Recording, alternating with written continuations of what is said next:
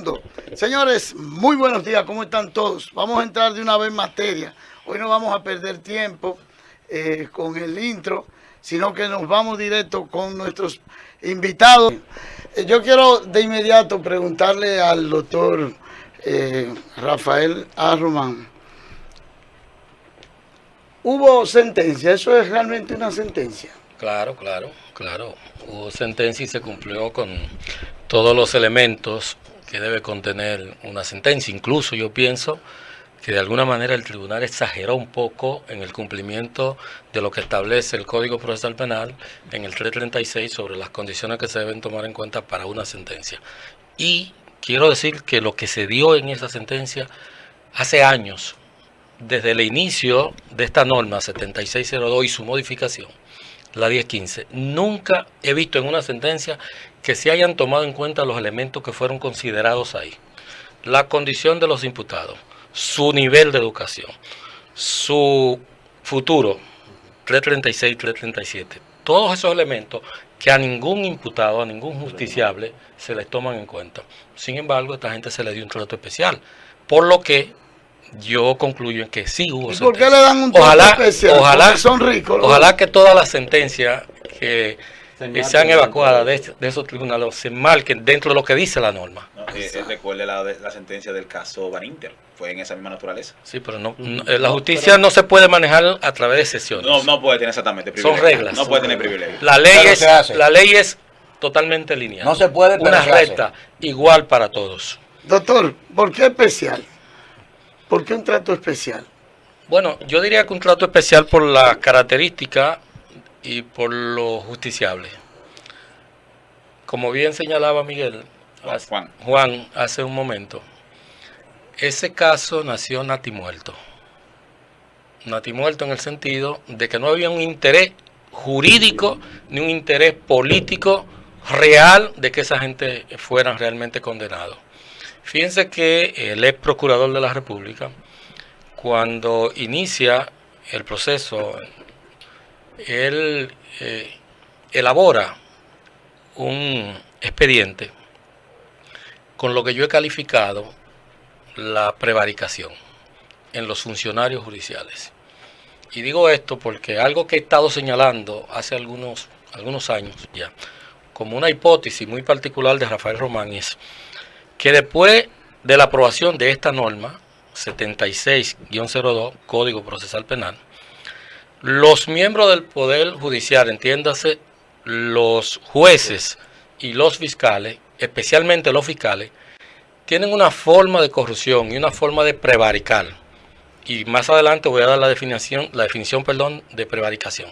Por lo siguiente, cuando yo, Rafael Román, fiscal, quiero que un expediente se caiga, ¿qué tengo que hacer? Instrumentarlo mal. Entonces, una forma de corrupción es que alguien me diga, Román, fiscal, mira, aquí hay tanto para ti. Tú sabes lo que tienes que hacer. Yo soy el fiscal, yo soy el director de la investigación, yo instrumento mal la investigación y después los jueces que decidan. ¿Cuál es el papel del juez? Decidir en lo que le llega. Por eso Miriam Germán dijo, en la fase inicial, ese expediente está mal instrumentado. Sin embargo, eso no justifica lo que ocurrió hace un par de días aquí, con esa decisión. No lo justifica en modo alguno. Solo lo podría justificar frente a la incapacidad de los fiscales que siguieron manejando el proceso. Y explico por qué. La fase preparatoria del proceso penal en la República Dominicana indica que una vez que se da la noticia criminal, que se procede, sea a través de una denuncia o de una querella o a través de la información que dé una institución de investigación, lo primero que hace la persona que lo recibe, que pudiera ser el policía o pudiera ser el fiscal, es comenzar los procedimientos de investigación, tratar de levantar todas las evidencias que pudieran estar relacionadas con el hecho. Los fiscales que terminan el proceso no pudieron hacer eso porque en ese momento quien dirigía era Yanalán y otros fiscales que no tenían el interés de hacer una buena investigación. Entonces, me entregan un expediente motrenco, como normalmente se dice en la justicia, pero también debemos recordar que la medida de coerción que se le impone a cada uno de los justiciables es un espacio para que el fiscal, el Ministerio Público, pueda fortalecer su investigación, pueda levantar las evidencias y las pruebas necesarias para hacer que ese caso sea sostenible en la justicia y pueda terminar con una condena conforme a las características y a los contenidos del hecho que se está persiguiendo. ¿Qué pasó con estos fiscales? Miren que en la sentencia hay muchos aspectos del hecho que prescribieron. Habría que analizar, para poder establecer responsabilidad, qué tiempo duró el ex procurador y sus fiscales manejando el expediente para justificar la prescripción de esos aspectos.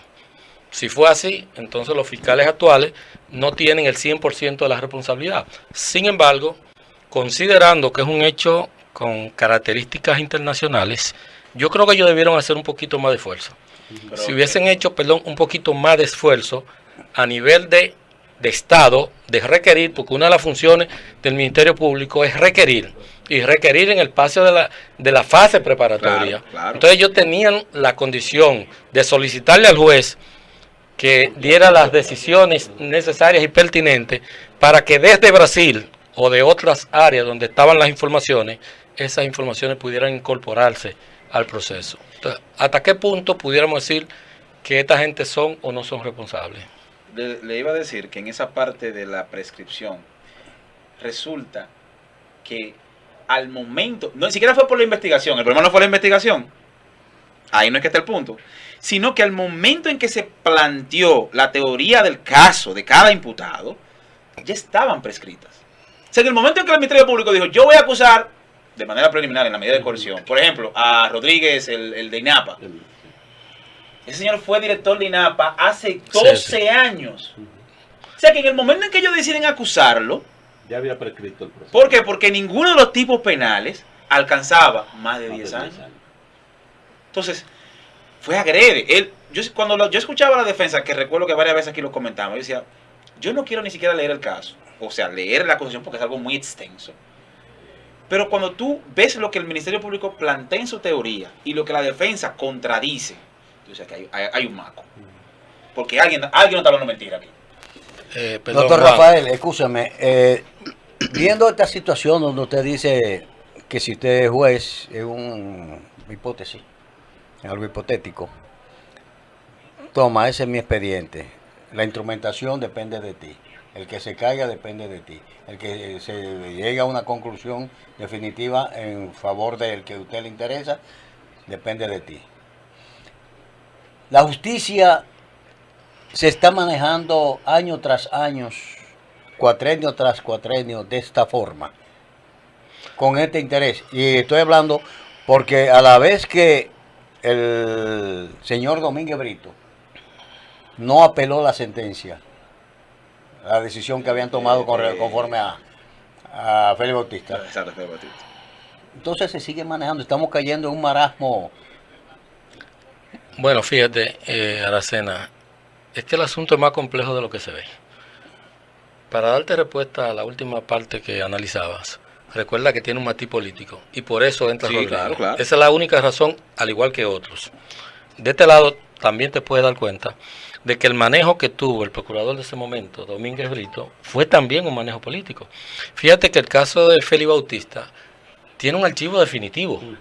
O sea, es para que no haya la posibilidad, porque ahora están hablando los miembros del Ministerio Público de analizar el archivo con relación al presidente de la Cámara de Diputados y otros que fueron favorecidos en ese momento como parte del caso de Brecht. Entonces fíjate que ese archivo, aunque se hizo, no tenía la marcada intención de que no se volviera a abrir. El de Félix sí. Porque Leonel dio órdenes precisas. Sí. Vamos a hablar claro aquí. Dejen eso ahí. Dejen eso ahí. Y también debemos recordar que todos los jueces que están sentados ahora en sus escritorios fueron nombrados por Leonel. Las altas cortes, y como derivado de las altas cortes, cada uno de esos jueces. En estos momentos es que los jueces están sintiendo un poco de eso que le llaman independencia. Un poco. Un poquito, porque todavía lo están haciendo con miedo. Por independencia, por lo que porque pueda pasar. El partido contrario que está arriba. O sea, aquí quiero decir, al nivel de la Suprema Corte de Justicia, óyeme, los jueces están atemorizados. Claro que sí. Porque el régimen de consecuencias que le están imponiendo ahora a los jueces, una desobediencia es a las instrucciones que ellos puedan dar. Pero todavía, una decisión que contradiga la política de la Suprema actualmente, conlleva o a sanción o a cancelación. O un traslado para casa. Exactamente, te mandan para Jimaní. Sí. Entonces, óyeme, es una cosa que la independencia es relativa. O sea, es independencia contra el partido de gobierno, pero los que, como usted dijo, los que están nombrados ahí fueron por el PLD. El presidente de la Suprema es un político, Sí, no es un abogado, no. Un es dirigente un político. Un dirigente político. Y Para- lamentablemente, Yo quiero- Voy a utilizar una frase Yo quiero- del libro de frases y comentarios que te harán vivir, del doctor aquí presente, Rafael Antonio Román, donde dice que para vivir entre bárbaros hay que ser un barbarazo. Le gustó. Señores, llamen a los teléfonos, bueno, al 809-475-6801. Pueden llamar, hacer sus preguntas. Ustedes también tienen la oportunidad de expresarse por losminaradio.com y su programa La Hora del Vallete. Yo quiero conocer la opinión del doctor Ramón Almarante con relación al fallo de las juezas de esta sentencia. ¿Cuál es su opinión? Mira, gracias.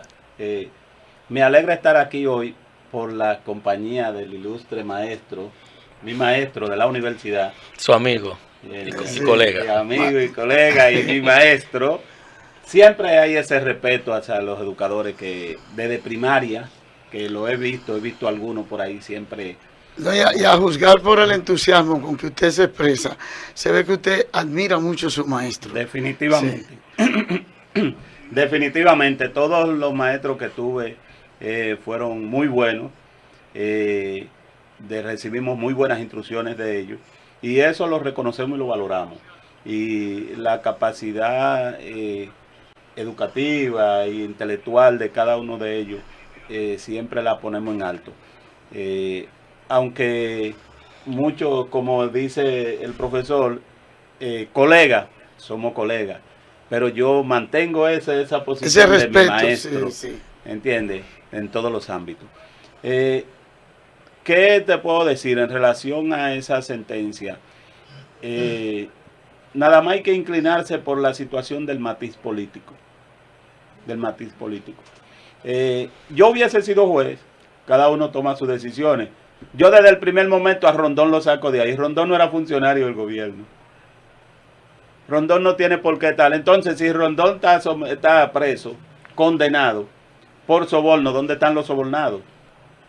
Tienes razón, Rondón. Entonces, para ver una condena con Rondón, debe haber, es lo mismo cuando hablan del lavado de activos de Díaz Rúa. ¿De dónde es el lavado de activos? ¿Hay algún proceso de dinero de una transacción ilícita que le ha llegado a la mano? ¿Qué delito generó esos fondos? ¿Qué delito generó esos fondos para ver un lavado de activos? Entonces, ¿qué usted ve? A veces hay que... Y yo no digo que... todos sabemos que esa sentencia no es definitiva. Viene apelación. Lógico, viene apelación y casación en caso de confirmación y después el constitucional. No se endereza. Y cuando viene a ver, no hay forma de enderezar esa sentencia. salen absueltos. Es lógico, porque es lo que yo digo. Yo particularmente nunca había dado una sentencia a Díaz Rúa por lavado de activos. Pero Quizá por enriquecimiento ilícito. Explíqueme. Sí, pero el enriquecimiento es una figura civil, no es penal. No penal, exacto. Entonces no había condena. Explíqueme desde el punto de vista jurídico, ¿por qué lo sentencian a 8 años y a 5 años y ellos van a seguir en libertad? Sí, Solamente le pusieron impedimento de salida. Sí. Explíqueme eso. Sí, lo que sucede es que... Arrójeme luz a los oyentes de la hora del Mallete. Explíqueme sí, eso. lo que sucede es que ya ellos están en un proceso de libertad y una condena. Ellos entienden que no hay posibilidad de fuga, de que ellos se sustraigan a la continuación del proceso. Además, como tienen todos los recursos todavía abiertos, ellos deben mantenerse en libertad. Porque no hay nada, o sea, que el juez entienda. Después de ser condenados, deben mantenerse en libertad. Lógico, porque ya hay una decisión de un tribunal que le ordenó su libertad. Ellos ya están condenados, o sea, condenados están. Ellos están condenados, pero ¿qué sucede? Que la misma ley establece que un recurso suspende la ejecución de una sentencia. Y de seguro ya ellos están en lo que viene el momento del pronunciamiento de la sentencia. Ellos tienen el proceso de preparar sus recursos de apelación, que de seguro viene en camino por ahí ya. No, y tienen 20 días para eso, o sea, Exacto. llega la sentencia y tienen 20 días para presentar el recurso. Exacto, entonces, que después de la sentencia todavía tiene ese plazo, como dice el colega, de los 20 días para entonces el tribunal decidir. Aunque el tribunal también puede, si entienden que hay la posibilidad de que ellos vayan a evadir, el tribunal puede variar la sentencia. La medida de coerción. La medida de coerción donde lo ponen a ellos en libertad. ¿Entiendes? Pero ese no es el caso.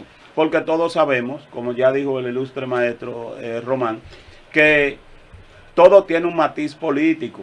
Y en definitiva va a llegar el momento, yo lo creo desde ese punto de vista, que quizá le den, para no exagerar demasiado, pena cumplida.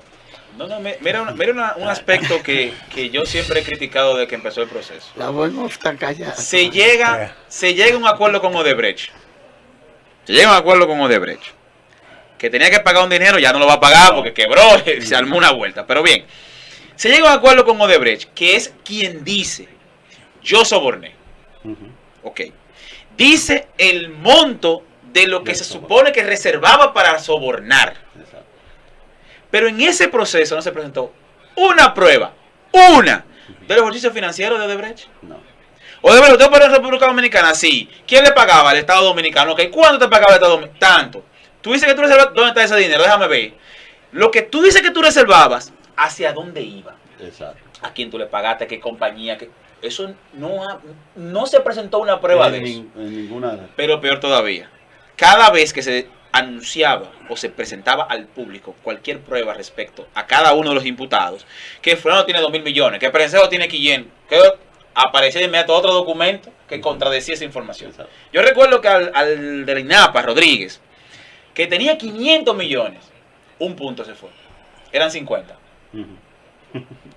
Entonces ya tú estás viendo que es un malabar, estaban haciendo malabares tratando de justificar una investigación. Señor, yo recuerdo una foto de Jean Alain rodeado de cajas, de una vista aérea, así, él estaba de prueba. estaba en un punto con un grupo de personas, un grupo de cajas. Como que estaba en un almacén de... Y yo me dije, Dios mío, pero óyeme, el secreto de la investigación, ok, no se ve ningún documento, pero hay un principio que dice que tú no puedes exponer tu investigación porque hay un secreto de la investigación. O sea, fue todo un teatro, un show mediático. Yo digo, y este fue el resultado. El resultado lo que tenía que ser. El villano favorito, porque resulta que Díaz Rúa se convirtió en el villano favorito. Era antes, ¿cómo que se llama? No. Antes era el que usted mencionó, Félix Bautista. Entonces ya Félix Bautista es senador. Ya no, Félix Bautista no. Ahora es Díaz Rúa. Y con Rondón, porque señores, Rondón ha bailado en todos los casos de corrupción de este país. Sí. Desde el caso Peme, el de la Garza. ¿Cuál fue el otro? Siempre se sale con la suya. Óyeme, pero es que yo preso con Franco Badía. Sí. Franco Badía, yo recuerdo una foto en el periódico que creo que la trajeron hasta aquí, la trajeron. Franco Badía adelante y Rondón atrás. Sí. Doctor Román. El tema de la gallinita blanca. ¿Cuándo se firmará? No de lo amarillo. Ahora viene Jean Alain. Explíqueme qué podría pasar con el proceso de apelación. Bueno, antes de que continuemos analizando este caso de Odebrecht, yo quiero decir lo siguiente. Miren, la razón por la que todos los medios de comunicación hablan de soborno y hablan de que no hay sobornado es justamente porque queremos introducir el tema de la reforma fiscal. Eso estaba ardiendo y de repente se le ha dado una dimensión exagerada al caso de Odebrecht porque hay la intención de que el Estado continúe poco a poco preparando su reforma porque hubo un funcionario de alta escala que dijo que antes de diciembre va a la buena o a la mala. Entonces, este caso se está manipulando se está dimensionando porque toda la República Dominicana, hasta el más inepto que pueda existir, sabe lo que iba a ocurrir con el caso de Brecht. Es como cuando te marean y ahora resulta que esa sentencia que dan estas juezas es para extender el circo, porque estamos hablando de que ahora hay que esperar que entreguen la sentencia para comenzar a apelar y, como bien decía el colega, ahorita pena cumplida y hay que devolverle dinero, hay que pagarle. Sí. Ahorita el Estado va a tener que resarcir el daño y de privacidad. Exactamente. Dijo quién me paga ya. Sí. Entonces fíjense que hablar de apelación en ese caso es hablar de 2 años más. Estamos hablando de una condena de 5 y 8 años. Ya para el caso de Díaz Rúa es pena cumplida, tiene casi los 5 años. El caso de Rondón son 8. Entonces, con 2 más de apelación y aplazando y aplazando, también a él habrá que... Pena cumplida. No, pena cumplida. En eso. Es opcional la pena cumplida porque ellos nada más duraron 6 meses presos. Sí, pero hay una medida. Sí, pero ninguno tiene medidas restrictivas de libertad porque ellos no tienen arresto domiciliario. Sí, pero no necesariamente tienen que tener un arresto domiciliario ni una privación de libertad. Solo una medida, porque en el caso de la especie, los jueces actuales tenían la facultad de modificar la medida como se la solicitó el Ministerio Público. Sin embargo, alegaron que hasta ese momento los justiciables no habían dado señales de evadir la justicia. Entonces, yo me pregunto, ¿quién tiene más posibilidad de evadir la justicia? Un justiciable que no tenga recursos, que no tenga nada, o uno que tenga todos los poderes y que en un segundo pueda fletar una avioneta e irse del país. ¿Quién tiene más posibilidad de evadirla? Claro, hasta este momento no lo habían hecho porque tenían garantía. No tenían 5 años, ni tenían 8. No. Ya tienen una condena. Ahora sí pueden tomar la decisión de tomar su avioneta e irse. Sí, pero si los jueces hubiesen sido jueces más objetivos, debieron modificar esa medida, porque es un caso que tuvo una incidencia no solo nacional, sino internacional. Y había que emitir una señal de garantía, de seguridad a este pueblo dominicano, desde la justicia hacia la población. Fíjate que hasta cualquier persona común, un chofer, te dice, pero caramba, eso fue un abuso. Todo el pueblo esperaba una condena. Usted y yo sabemos, colega, que hay cientos de imputados que le modifican la medida y lo dejan preso ahí mismo. Yo esperaba eso, mínimo yo esperaba eso, que lo dejaran preso en el tribunal. Ellos se pusieron nerviosos y Rondón se puso así que hasta se paró de repente. Digo, se va a mandar el hombre. Digo, se va a mandar el hombre. Se le metió un nerviosismo porque ya ellos sintieron el peso de la ley, el peso de la justicia, y lo que correspondía ahí era imponerle, modificarle esa medida, aunque fuese con arresto domiciliario, pero no podemos mantener una persona con una medida de coerción tan favorable, tan flexible, tan poco gravosa a personas con las características que tienen estos imputados. Señores, nosotros hemos tenido ejemplos en los últimos días del caso Coral, del caso Medusa, y todos son personas de altos niveles y de clase social alta. ¿Y dónde están hoy? Preso. Entonces la justicia no podía dar ese paso en falso que se dio ahí, porque las juezas tenían toda la potestad para modificar esa medida. Pero volvemos un poco a lo político, es que nadie quiere comprometerse, y ahí es donde vamos a la prevaricación. ¿Qué es la prevaricación? Es el ejercicio que hace un juez cuando debe tomar una decisión apegado a la ley y hace todo lo contrario para proteger sus intereses, para que no lo trasladen, para que no lo cancelen. Eso hicieron esas 3 juezas. Trataron de quedar bien con Dios, perdón, y con el diablo, con todo el mundo. Y por eso aparece la condena de 5 años y aparece la de 10. Porque si vemos por aquí, en el 177, 78 de ese código penal que está ahí, nos damos cuenta que el soborno tiene una sanción que va hasta 20 años. Sin embargo, en la 448-06, entonces hablan de 3 a 10 años, pero digamos que le ponen los 10, por la magnitud, por las características del caso. pero le ponen lo mínimo. Le ponen los 5, le ponen los 8, porque si al menos le ponen los 10 a Rondón, la gente hubiese estado un poquito más satisfecho. Pero trataron de complacer a todos. Entonces, cuando el juez complace a todos, no está aplicando. El Ministerio Público no pudo probar nada. Bueno, yo diría que sí. Yo diría que el Ministerio Público probó. Lo que sucede es que ellos no tuvieron la destreza, como dije al principio, de ponerle nombre a las cosas. Cuando tú hablas de que a Díaz Rúa lo condenaron por enriquecimiento ilícito, el enriquecimiento ilícito no es algo mágico, sino que ese enriquecimiento tiene todo un proceso, un origen, una secuencia. Ellos analizaron en el tribunal en qué época, qué día, qué mes él obtuvo esos recursos. En tal fecha dio una declaración jurada con tanto, luego dio otra con tanto, siendo funcionario. Pero en ese mismo año se aprobó la presa Pinadito.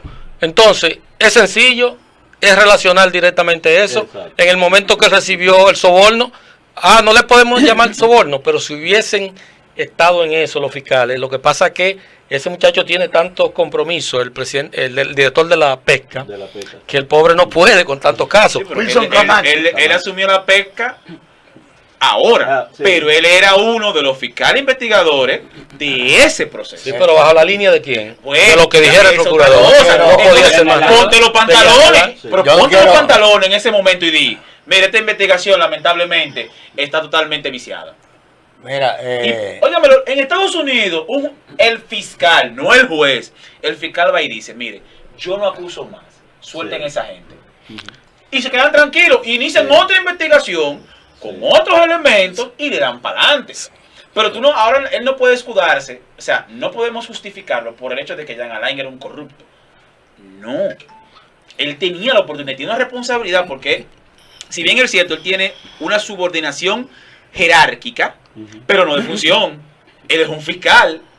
Por encima de lo que sea, él es fiscal y tiene una responsabilidad frente al Estado, porque representa los intereses del Estado. Pero recuerda, Juan, que la política criminal la dirige el procurador de la República, exacto, no otra persona. Y es lo que diga el procurador que se hace. Exacto, eso es lo que te iba a decir. Qué bonito. Sí, pero no, él no investiga. Me siento como en la nube. Pantalón y diga, mire, él dijo que no investigara. Me siento como en la nube. Sí, él lo va a decir. Lo va a decir. Una insubordinación. Él lo va a decir eso.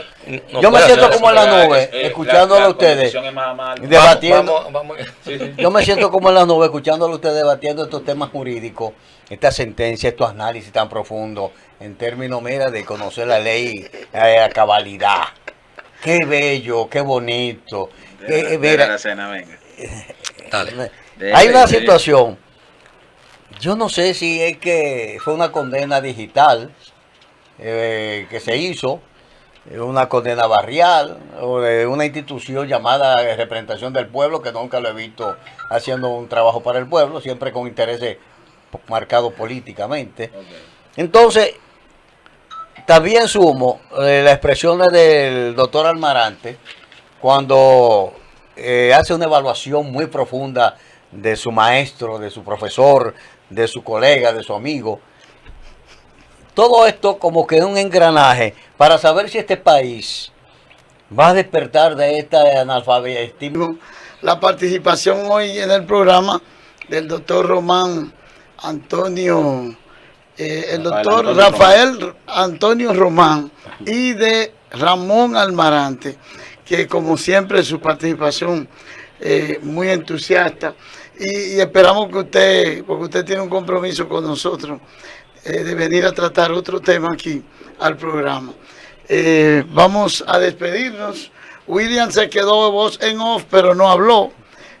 Salió huyendo a la conversación, porque es que él no quiere que enfrente la situación como debe de ser, siempre como un paño tibio. Vamos a invitarle para el próximo sábado, cuando estaremos nuevamente en otra entrega más de La Hora del Mallete.